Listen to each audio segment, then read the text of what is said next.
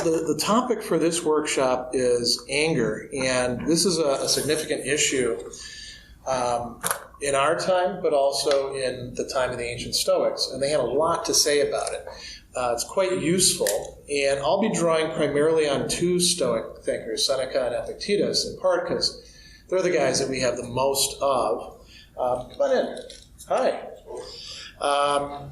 So my hope is that this proves useful for you in your own, path, your own work. This is the Stoic Week event for Milwaukee, in part because I'm the only person who was ready to put on a Stoic Week event. So you may not be all that interested in anger. Maybe you're more interested in Stoicism, but anger is what you get because this is the workshop that I put together for Stoicon, so I thought I would provide it here.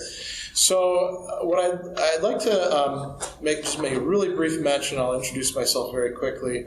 Right now I'm working on a short book project. Hopefully it remains a short book project.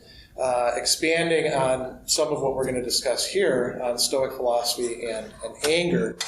And hopefully it'll come out in 2017, published by my company, reasonio.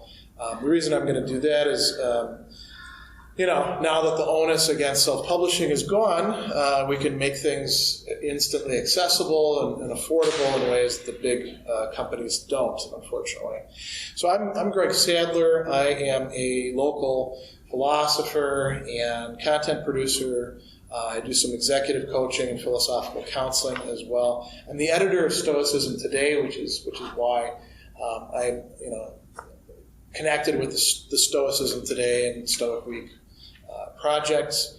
I can't actually call myself a Stoic in any sort of full sense because I'm more eclectic. I draw on the Stoics for some things, like with anger, but also on Aristotelians, on existential philosophy, on a couple other things as well. So I'm like that guy Cicero, from whom we know a lot about some of the earlier Stoics. He was kind of all over the map. He'd pick and choose. On some things he'd say the Stoics are the best. On other things he'd say these other people over here are the best. I have found the Stoics myself very useful when it comes to anger in several different ways. One is in sort of a theoretical understanding of the topic, which is probably the least interesting. Another is in my own life. I'm a person who's struggled a lot in the course of my life with anger. And so I've used the Stoics and some other insights to help me with that.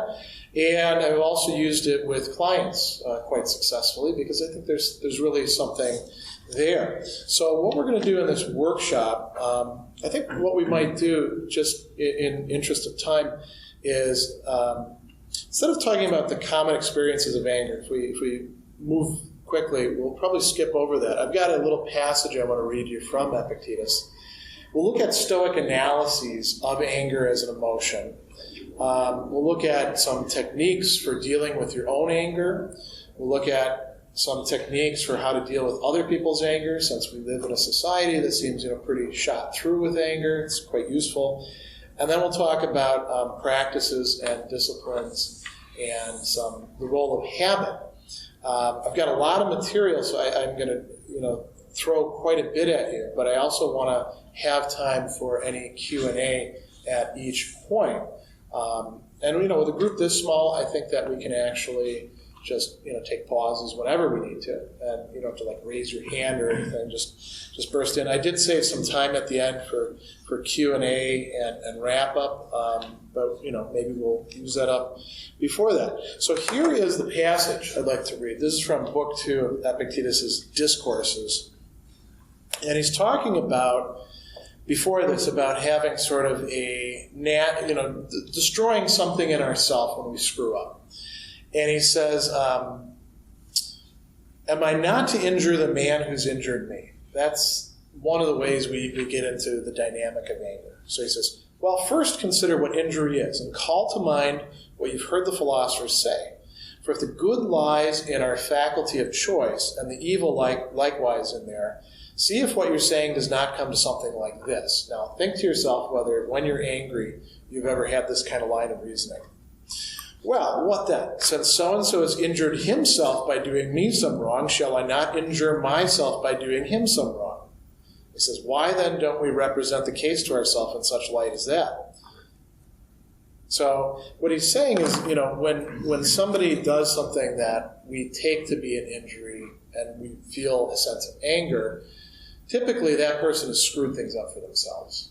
And it's, in a certain respect, crazy for us to think that, well, my way of getting back at them is going to be, I'm going to screw myself up so that I can get revenge on them. And that's the way a lot of our thinking works. We don't say it to ourselves quite like that. That's the way a lot of our thinking works when we get angry. So how do the Stoics view anger? One of the things that you can say about them is, as opposed to almost everybody else in antiquity, the Stoics had what you can call a zero tolerance policy when it came to anger. Doesn't mean that they never got angry, but they never said that it was a good thing. They viewed it as uniformly a bad thing to get angry. There was no useful way to be angry, and they saw this as them being opposed to one of the other major schools of antiquity, as the Aristotelians. Aristotle says, and you can either read it in the Nicomachean Ethics, or if you like Daniel Goleman and Emotional Intelligence, it's the first line in his book is a quote from Aristotle. Aristotle said that sometimes we ought to get angry. He says it's not easy to figure out when we should get angry, how angry we should get, who the right people to get angry with are. But there are some cases, Aristotle thought, where it's virtuous to be angry. Stoics said, yeah, that's a sign of how off-base the Aristotelians are. It's never a good thing. They viewed it as something quite bad, and some of them even called it a brief madness. Now, they did take from the Aristotelians some insights that they had and they provided, which is, to think about what anger is. How do we characterize it? Aristotle said that anger is a type of pain. It is a painful emotion, which comes from perceiving that another person has slighted us, that they've done us some wrong. They've treated us as less than we deserve. So anger is connected up with conceptions of right and wrong, justice and injustice, fairness and unfairness, what I deserve, and there's a lot of ways in which this can go off the rails. The slighting doesn't have to be actually real. It can just be imagined, Aristotle says. And the Stoics think that in most cases it's imagined. It can not only be against ourselves, it can be against other people that we're concerned with, or things we're concerned with. So, if I'm really a hardcore, Apple enthusiast, which I'm not, I only use this because that's what we're an iPhone family. I'm not emotionally invested. But if somebody starts running down Steve Jobs and all that sort of, some people really get worked up about that, don't they? Because they're invested in this. We can get angry about all sorts of things. We can get angry about what kind of breakfast cereal we eat. Think about sports. We're here in Wisconsin, right? I'm from Wisconsin, so I have no compunction in saying the Vikings suck, right? But try that in Minneapolis, and people might get angry with you, especially if you're at a sports bar, right? And we could go on and on and on with examples that fit this. Now, the Stoics went a little bit further. They viewed anger. Aristotle had this too. Anger is not only a sort of pain; it's also a desire. And the Stoics thought of it as a kind of desire too. A desire for what? What is it that anger wants? Anger wants what the Greeks called timoria, which means, sometimes we translate it as revenge, but it also means retribution, setting things right. When somebody has treated you badly, you want things to be restored. That's why it's so important when you're angry at somebody who you're close to get them to recognize that they did something wrong when they treated you that way. Or you want to set things right. You want to restore something.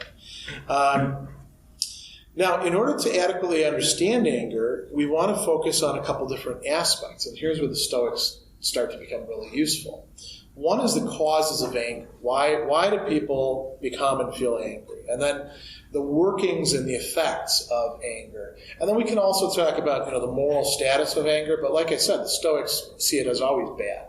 It's just a question of how bad is it, right? If I have some real anger problems, I have a vice established in my character, that's worse than one person losing their temper once in a blue moon. So causes of anger. Whenever somebody gets angry from the Stoic perspective, there's at least one thing that's gone wrong. And it's gone wrong not only out there in the world, but on the part of the person who is getting angry. And he says that as many people, the Stoics say, as many people understand anger, it arises when someone does something wrong to someone else. The second person then feels upset, they want to retaliate, and the retaliation, this is where it gets really interesting. That retaliation, that timoresis, is understood as something good. Is it something good? In a way, it is, because it's setting things right. But it only works to set things right by being something that the other person doesn't like. If I get angry at you and you, need your car washed or something like that, and I go and I wash your car, that's a very unsuccessful way to be angry and to show anger, right? I mean, I could do it passive-aggressively, act like a jerk while I'm washing your car or something like that. But then we've got more than just car washing going on there. Instead, I'd key your car, right? Or kick the tires, or whatever. Who knows? There's lots of ways we can express anger in terms of cars. Maybe I disparage your car. Your car sucks. It's no good. We could come up again. The examples that we can give are like infinite, and we can all relate to this. So we want to impose something, and we say in this case, what's normally wrong is right. Insulting another person is normally wrong, but if somebody's screwed with us, then we get to do it to them. Kicking somebody's car, right? Normally not a good thing to do. It becomes right. Punching somebody out, right? We can go on and on and on with this sort of thing. Now, anger can arise in a number of different ways. One is when there's a perceived threat. We have a typical response, and part of this is rooted in our body. We talk about the fight or flight response when we perceive a threat. That can morph into anger quite easily. When we perceive an injury to ourselves, whether physically or in terms of our social status or other, we might say psychic things, insult, harm, contempt. When somebody shows us contempt, they show that they don't think very much of us.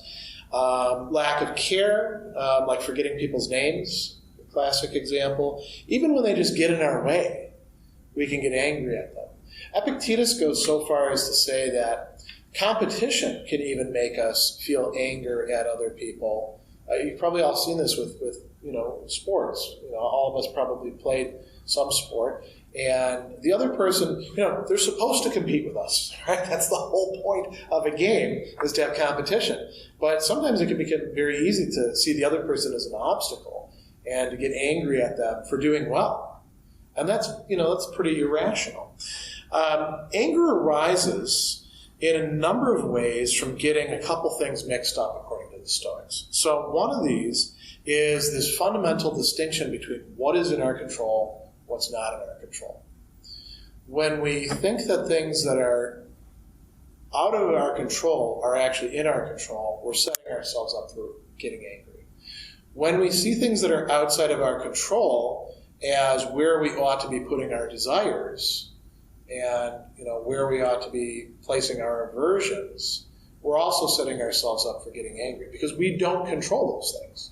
So if I want if I want the library to, throw me a birthday party, which would be kind of a silly thing to desire, and I allow myself to get really emotionally invested in this, and then my birthday comes around and no party, and I get angry at the library for screwing with me, whose fault is it? That's my fault. I should know that that's something totally out of my control. Anger also involves a couple other things that the Stoics talk a lot about. Perceptions and perspectives. So the Stoics talk about appearances. Anybody who's read Epictetus's Enchiridion, he talks a lot about how we should react to appearances. Those are fantasia. Those are things that literally sort of impinge upon us. And they can be what they present themselves as being, or they can be quite different. So somebody, in the grocery store bumps into me with their cart, right? Now, maybe I have, the impression that they're trying to get me out of the way so they can get to the good bananas. And I want the good bananas. Now, there's probably some other things going on there, too, what he calls judgments, dogmata, some projection onto reality of what's going on. But there's also the appearance, Maybe I look at that person and I'm like, that person's probably a banana connoisseur. I've got that impression. Well, I don't have to allow that impression to carry me away and get me angry, but we do this. And I picked a silly example, but you could think of all sorts of other things. Somebody bumps into you as you're coming out the door and knocks the stuff out of your hand. Are they a jerk? Are they just making a mistake? How do we react? A lot of times we react very quickly and we become angry. We may be making a lot of assumptions. We may end up assenting to things that we don't need to.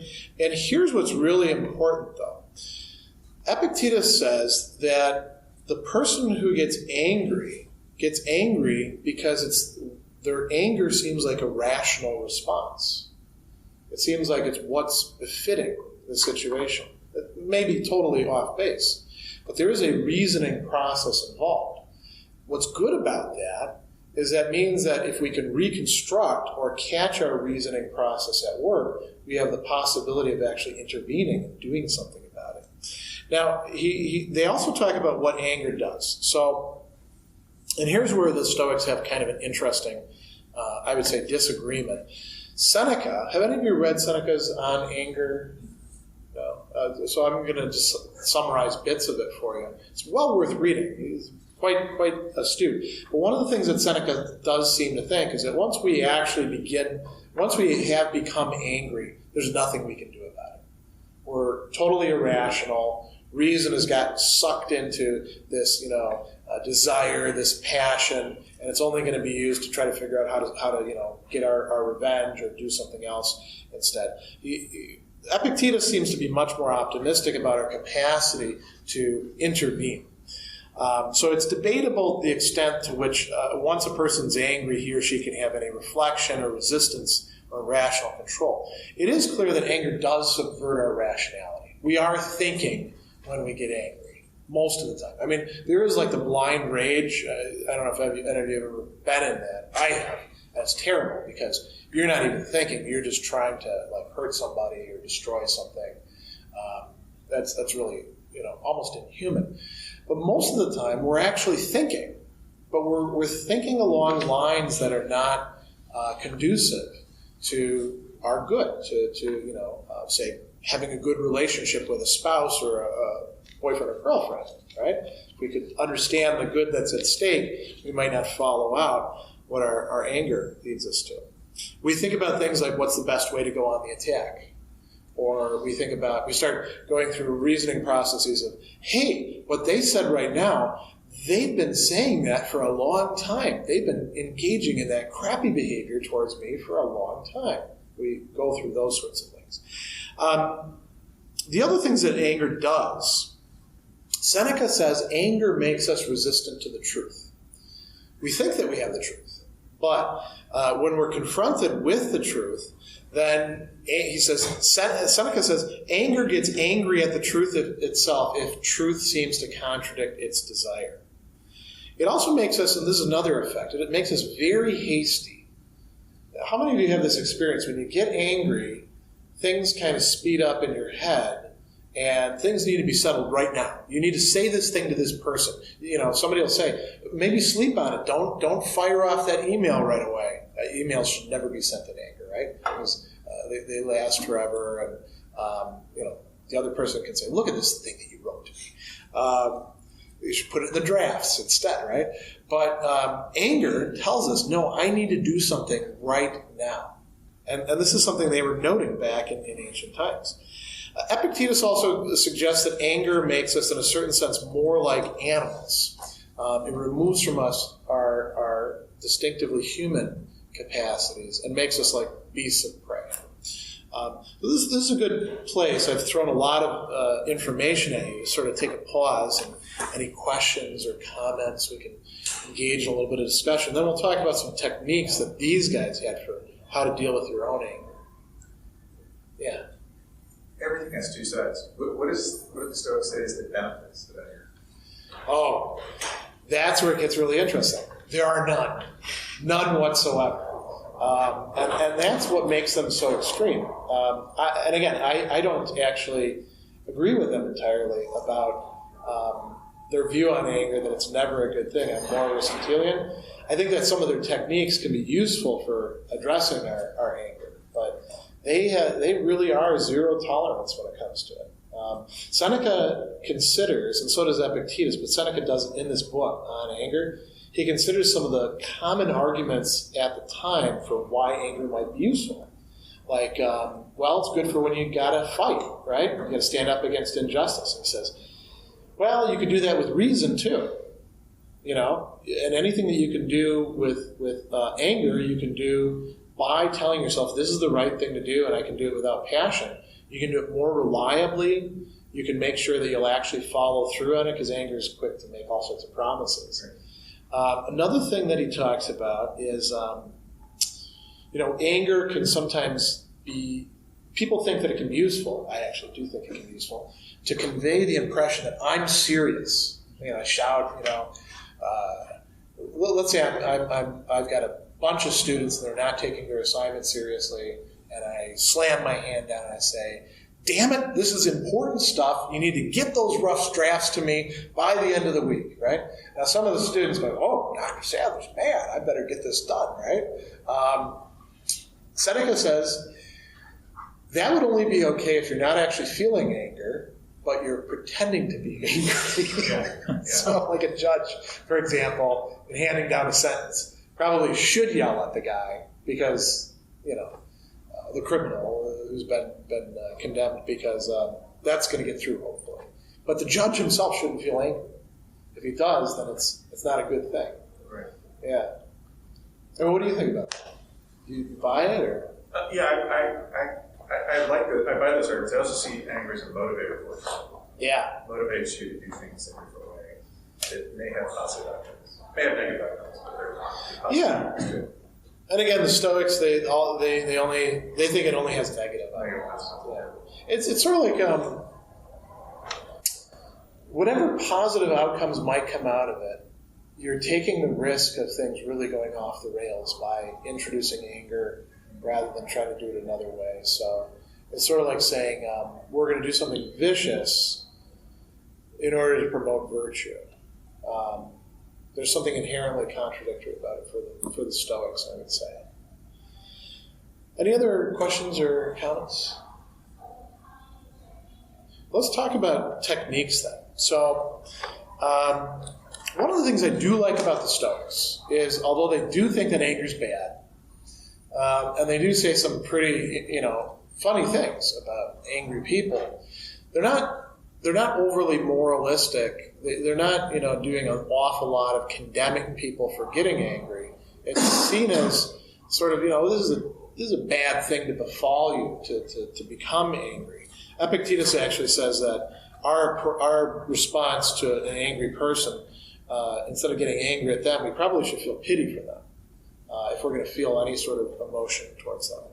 Now, for the Stoics, what we can do is make use of our capacities for reasoning and reflection, the rational faculty on the one hand, and for our capacity for choice, for determining ourselves on the other. We can bring these to bear on the emotion of anger in a lot of situations. And they give advice about, what to do when you first start getting angry, what to do when you're angry, what to do after you've been angry, screwed some things up, these are all things worth thinking about. And they also talk about, this is helpful as well, what to do before we actually get angry when we're heading into situations where we should probably be on our guard and realize we're liable to get angry. So one of the things we can do that they talk about quite a bit is we can remind ourselves that appearances are not often what they claim to be.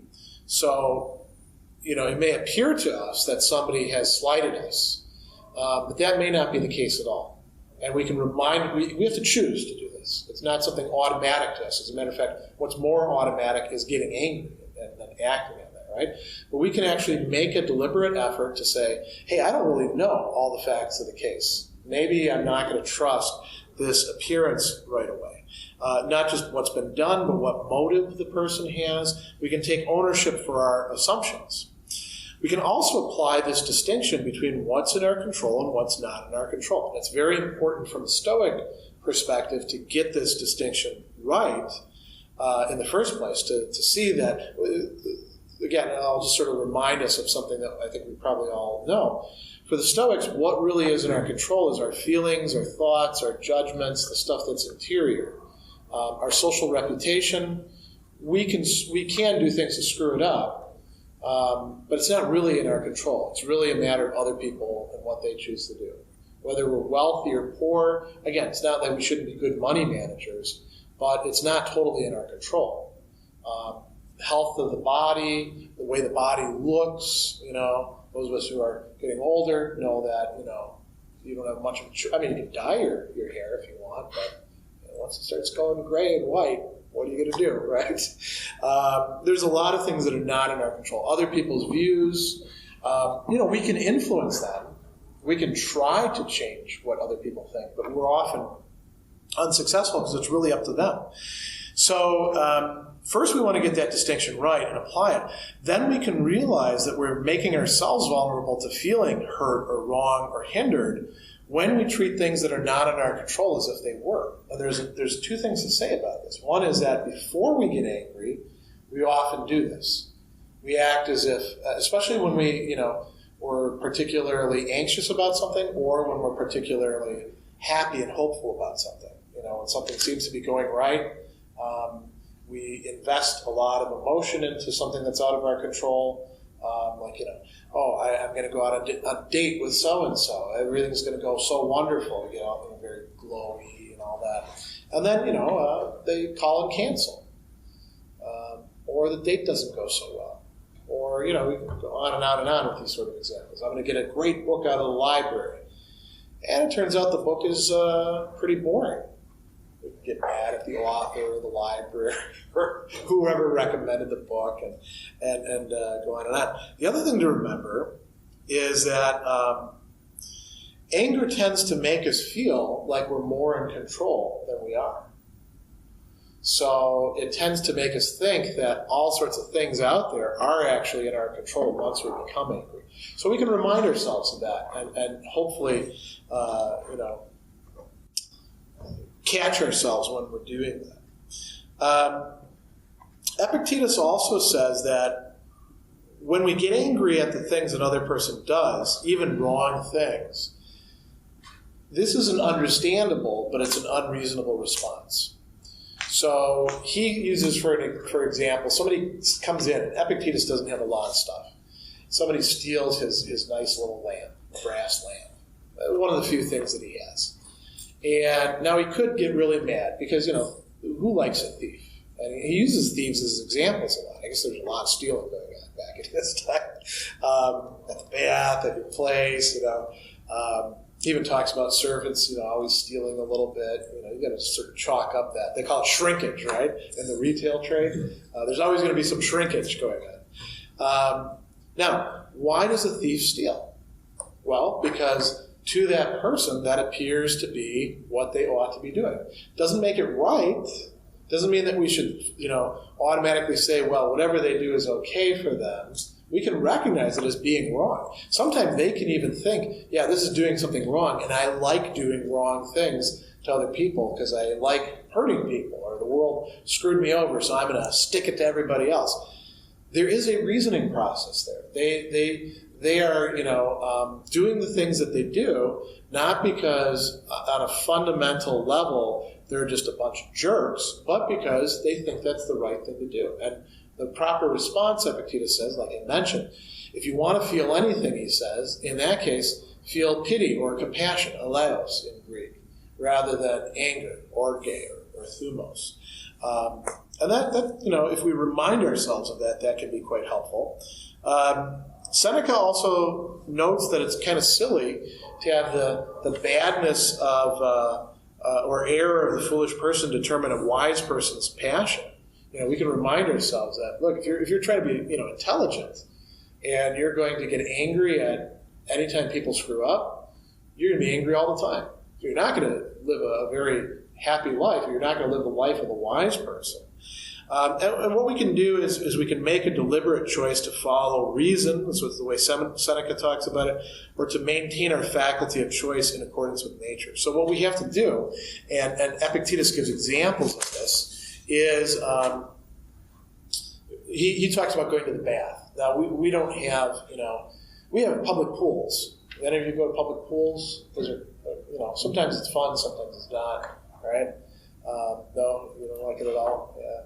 And we think about movie theaters, right? You go to the movie theater, somebody bumping your chair in the back, and somebody's throwing popcorn. Kids do that sort of stuff, right? Or we did when I was a kid. We were really rotten kids. People talk, people are on their cell phone. Epictetus would say, if he was here in our time, when you're going to the movie theater, expect that sort of stuff. And you have a choice. You can tell yourself, you can either say, I came here to watch a movie in total quiet and calm, with nobody messing with me, or you can say, I came here to watch a movie, but also to keep my faculty of choice in accordance with nature. This is more realistic, actually, than to have these expectations that everything is going to go perfect. You go to a concert, right? I mean, that's one of the things. You go to see a band, and people are jostling around, somebody's spilling their drink. These are the sorts of things that happen.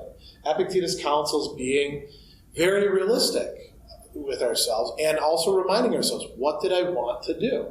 I wanted to make progress. I wanted to keep my cool, because that's part of maintaining my faculty of choice in accordance with nature. The other Stoics might talk more in terms of virtue, cultivating the virtues. Epictetus doesn't talk quite so much about that. But those are all very useful techniques for dealing with our own anger. There's many more that the Stoics discuss, but I wanted to highlight those. Yeah, go ahead. Virtues. What's that? Say a little bit of virtues. Oh. Well, like I said, Epictetus doesn't talk so much in terms of virtue as the other Stoics do. He tends to talk about keeping your faculty of choice in accordance with nature. But it's really the same thing, because the virtues are ways in which we are disposed to act, right? And so the Stoics recognize four main virtues: wisdom, justice, courage, and temperance or self-control. So there's a couple interesting things to say with anger. One thing is a lot of people mix up anger and courage. This is like you were talking about people using anger for things, right? So a lot of people think, well, you got to get them riled up and angry, and then they'll be courageous. And Seneca says, look, that's a terrible way to train people, because now you're just going to give them an anger problem, and they're not going to have genuine courage when they need it. So we could think of what do I need to do in order to really have fortitude or courage or the capacity to deal with adversity. Maybe it's not to get angry. Maybe that requires some courage. Self-control can play a role in it.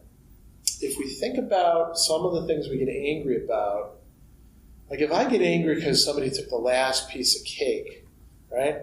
I'm not morbidly obese, but I'm a fat guy, right? So I didn't get this size by exercising a lot of temperance.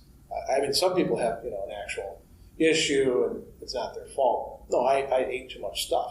I indulged myself. So if I actually want to develop temperance, There's some things that I just can't let myself get angry about. It's, the last piece of cake. I probably don't need the last piece of cake.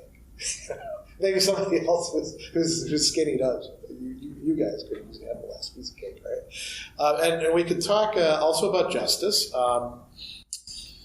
Anger has a tendency to make us think that we're behaving in a just way when we're actually transgressing justice. And the Stoics, interestingly, recognized two modes of justice. This is in like Cicero's on duties and a couple other places.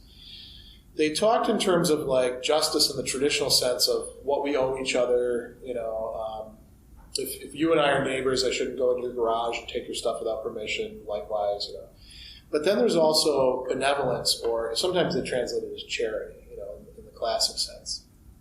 This going beyond and being good to other people. Well, anger is sort of opposed to that, and it's going to interfere with that. And when it comes to wisdom, again, anger is seductive. It's sort of like with courage, right? Anger makes us think that we fully understand the situation that we get into, but we really become stupid when we get angry. One of the best lines in an anger workbook that I saw years ago was, as soon as you get angry, just remind yourself, now you're stupid. And it's really quite right. And we can be doesn't mean that we don't think about stuff, but there's something missing in our reasoning process. And you notice that these can kind of come together, right? What's missing could be attentiveness to the fabric of relationships that I'm going to wreck by calling somebody out and chewing them out in front of everybody else. Those could fit in with that. So the virtues, if we think in terms of, I want to cultivate these virtues, that could be helpful in putting anger into perspective. It's tough to do, though.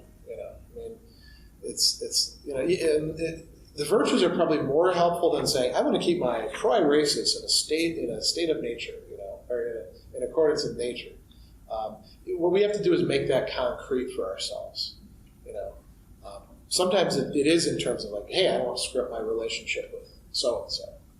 I want to be able to look at myself in the mirror tomorrow. All right, well, let's talk about other people's anger then. So this is a pretty common experience, and even if you get your own anger under control, there's a whole world of people out there ready to get angry with you and yell at you and slash your tires, fill in your forms wrong at the DMV, or pick whatever you like. So it's something we have to deal with. I think it's a little bit tougher in our own time too, because we've made ourselves even more vulnerable by participating in social media. Do all of you have like Facebook or Google Plus or Twitter or something like that? How many of you have friends right now mad at each other over the current election and saying mean things to each other? Like, I can't believe you possibly vote for so-and-so. I have some friends who are really crazy with some of that stuff, calling for candidates to be, all sorts of terrible things to be done to them, and the people who vote for them, calling each other. Like, I have some friends on the left who are calling each other counter-revolutionaries, and intimating that they're not going to do anything. These are all academics. They're not going to do anything. These other people, thank God. But they're getting pretty heated. Now, when others get angry at us, or at other people who we care about, we can often find ourselves having a lot of emotional reactions. One of them is fear, right? That's, I think, kind of a natural response to seeing other people's anger, especially if it's very excessive, because it can be kind of scary. Others among us, and I have to own up to this, often get angry in response. Sometimes with the, well, who are you to get angry at me over this? That's not going to be particularly helpful, so we want to think about that. Sadness is another one, too. I think probably, I guess you could say trolls, it would be joy, right? They get somebody angry, that's what they're looking for in the first place. Now, Seneca makes a really interesting observation. I'm not sure he's correct about this entirely.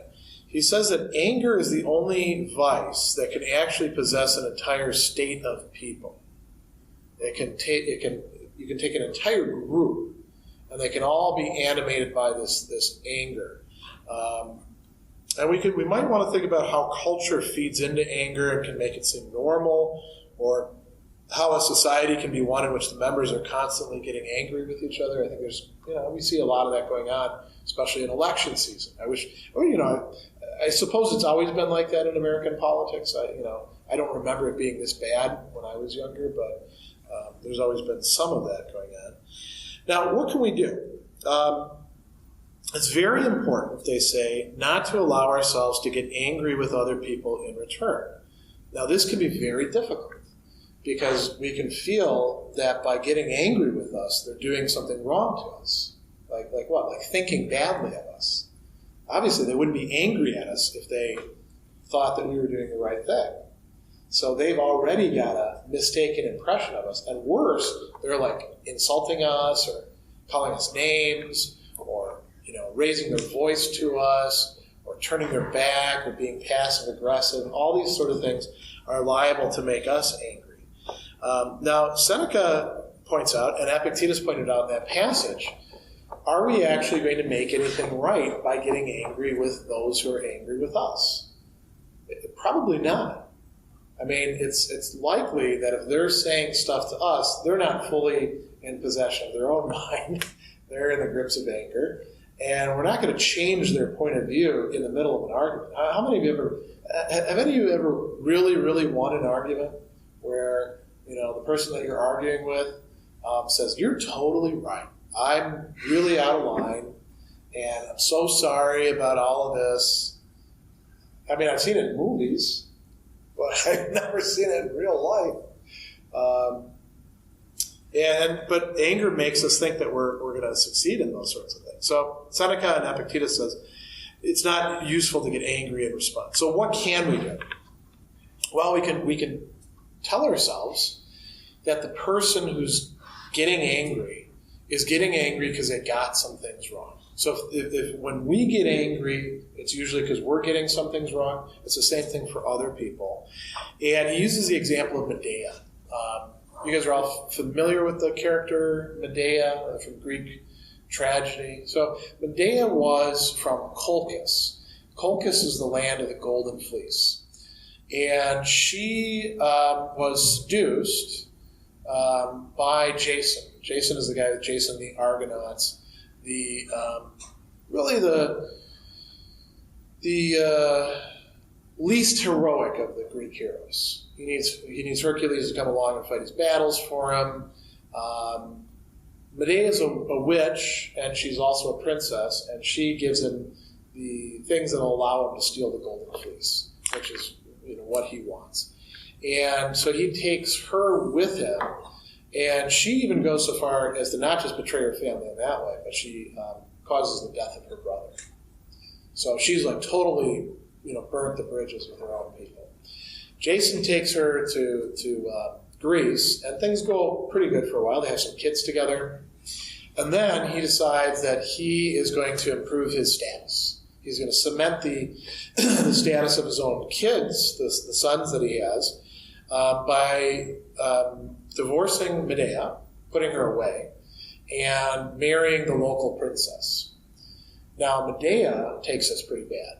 She gets very, very angry. She first tries to reason with them. And she says, "This is a terrible thing. You owe me. Look at all the stuff I did for you." And he's like, "Well, no, you're just not understanding. I mean, I understand that you don't like having to go away, but this is going to be good for our kids. And look, it works out great for everybody all around." Finally, she gets in a rage. And in her rage, she does one of the things that establishes her as a sort of figure of anger. She sends along a shirt or dress, I think, poisons the bride-to-be. That's understandable, right? That people did that sort of thing back then. Hercules got poisoned shirt himself. It's not nice, but it's understandable. Then she kills her kids. She kills her sons, and then she presents Jason with this and says, "See what you did." This is an Euripides play. So she is viewed as sort of a good character for how far anger can go in its destructiveness. And people would go to the play and then get ticked off at Medea. What's wrong with this lady? When Aristotle talks about catharsis and Greek tragedy, it wasn't just fear and pity; it was also anger that's being cathected by people like getting angry at the figures on stage. Epictetus says, "Why are you so angry at her? First off, it's a play. It's not real life, right?" He says this about a couple of things, but. Why are you so angry with her? He says, he says that she's a noble and spirited soul that's gone drastically wrong. She's gone astray in her reasoning. She thinks that the satisfaction of her passion of anger on her husband at the expense of her children is good and right. When people do things like that, they're not doing it because they think that it's the most terrible thing in the world. They think this is the right thing for them to do. Now, again, we can understand without accepting or endorsing or forgiving or excusing, but we can understand. So we can understand, for example, that the things that people say when they're angry stem from what Seneca calls a temporary madness, and it doesn't mean that they're not hurtful or bad, but we can understand that perhaps the person doesn't mean them. We don't have to take them to heart. We don't have to allow them into. We have control. We have a choice there. When dealing with angry people, another thing that they suggest is don't make commitments. When people are in arguments, they often will make commitments because they're goaded to by the other person. Try not to make a lot of judgments about the other person on the basis of when they're angry, because we're often quite different when we're angry. Probably don't try to convince them at the time, even about whether their anger is destructive, out of control, because you're probably not going to reach them. And that's liable. Once you start thinking that you yourself are doing the right thing by doing this, and you're going to counsel them or help them out with it, now you're actually probably very concerned with things that are totally out of your control. And so you're placing yourself at risk for getting angry yourself, which is often what happens in anger management, right? The anger management therapist, who's usually somebody who has struggled with anger themselves, has a client. The client, is angry, and, you talk with them a bit, and then after a while you're like, why can't I get through to you? Well, you've already lost now, right? You're not going to get through to them. So what can we do? Well, the Stoics suggest that we can try to accommodate ourselves reasonably to others, and try not to give other people the occasion to take offense. That can be very difficult with some people. Some people have a tendency towards taking offense. So it's not always going to be possible. But we can treat them as if they're somebody who's struggling with, as they say, an illness. The other thing that we can do that's very important is Stoics talk about the importance of roles and relationships. So by virtue of, say, being a teacher, I have a certain role and a relationship with my students. Epictetus says our duties can be understood by looking at the roles that we have. So, teacher to student is one example. All of us are children of somebody. Many of us are parents of somebody, I think. Brother, sister, neighbor, all of these are names of roles that we have. It's very easy when we become angry to lose sight of those roles and those relationships and to think, that this person who normally I care about or love, or at least, live next to and doesn't, bother me that much, is fair game for whatever I want to do, say, because I feel violated at the time. I feel, slighted. I feel the urge to revenge myself. What we can do is remind ourselves, hey, I'm talking to my kid. I'm talking to my student. I am talking as a teacher to a student. I want to not, as Epictetus says, don't destroy the teacher within you. Don't destroy the father within you. You have a choice about that. And so this is sort of like reminding ourselves that we want to keep our proaeresis in accordance with nature. when somebody gets angry at us, we can remind ourselves of that fabric of relationships.